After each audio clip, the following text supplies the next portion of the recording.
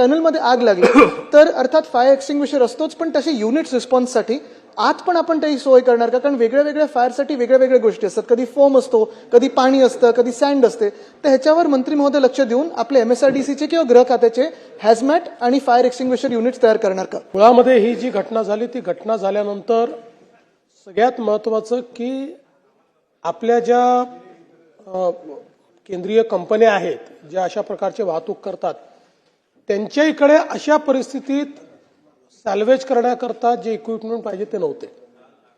त्यामुळे यातनं आपल्याला एक नक्कीच ही शिक्षा मिळाली किंवा आपल्याला शिकवण मिळाली की अशा प्रकारे जेवढी वाहतूक होते त्या वाहतुकीच्या संदर्भात जर एखादा ऍक्सिडेंट झाला तर त्याला काय केलं पाहिजे याची SOPच नाही आहे.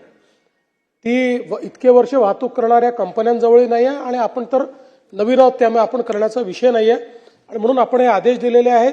त्या कंपन्यांना देखील आपण सांगितलेलं आहे की जे वाहतूक करतात, कारण यातल्या बहुतांश कंपन्या केंद्र सरकारच्या कंपन्या आहेत, की त्यांनीही अशा प्रकरणी त्यांच्याकडे देखील हे इक्विपमेंट्स असले पाहिजेत रेस्क्यूचे, किंवा अशा पद्धतीनं जर टँकर लीक झाला तर काय करायचं, त्याला लगेच मोकळं कसं करायचं, आणि या परिस्थितीमध्ये पुढची जी SOP आहे ती SOP काय असली पाहिजे या दोन्ही गोष्टी ठरवण्याचे आदेश देखील आपण त्यांना दिलेले आहेत.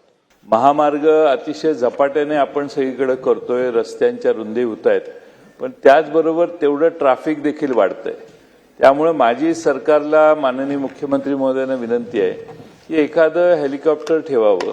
तात्काळ काही उपाययोजना योजण्यासाठी एक आपण समिती नेमावी. निश्चितपणे तसं हेलिकॉप्टर आपण वापरतोय. फक्त आपला प्रॉब्लेम काय की आपल्या देशामध्ये सूर्यास्तानंतर आपल्याला हेलिकॉप्टर वापरता येत नाही. हा आपल्या देशातला एक मेजर प्रॉब्लेम आहे की आपल्याकडे आपण नाईट फ्लाइंग अलाउ केलेलं नाही आणि म्हणून त्याचे कन्स्ट्रेंट आहेत. पण अदरवाईज आपल्याकडे हेलिकॉप्टर उपलब्ध आहे, आपल्याला ते लगेच म्हणजे करता येतं. दुसरं जे आपण सांगितलं ते महत्वाचं आहे की आता आपण मुंबई पुणे एक्सप्रेसवेवर इंटेलिजंट ट्रॅफिक मॅनेजमेंट सिस्टीम लावलेली आहे, ती कार्यरत देखील आहे. तेव्हा आता या ITMSचा उपयोग करून आपल्याला लोकांना इन्फॉर्मेशन फास्ट डिसिमिनेट कशी करता येईल आणि आपल्याला ट्रॅफिक सॅग्रिगेशन करणं शक्य आहे, ट्रॅफिक थांबवणं शक्य आहे, ट्रॅफिक डायव्हर्शन इथे देखील ते केलं. पण माझं स्वतःचं देखील मत आहे की उशिरा केलं आपण. ते जेवढ्या घाईने करणं आवश्यक होतं तेवढ्या घाईने केलं नाही आणि याला अल्टरनेट रूटही कंजेस्टेड आहे. म्हणजे समजा मुंबई पुण्याला आता काढला आपण अल्टरनेट रूट, पण तो इतका फिरून आहे आणि तो इतका कंजेस्टेड आहे की त्याच्यावरनं पूर्ण ट्रॅफिक याच्यावर जाऊ शकत नाही.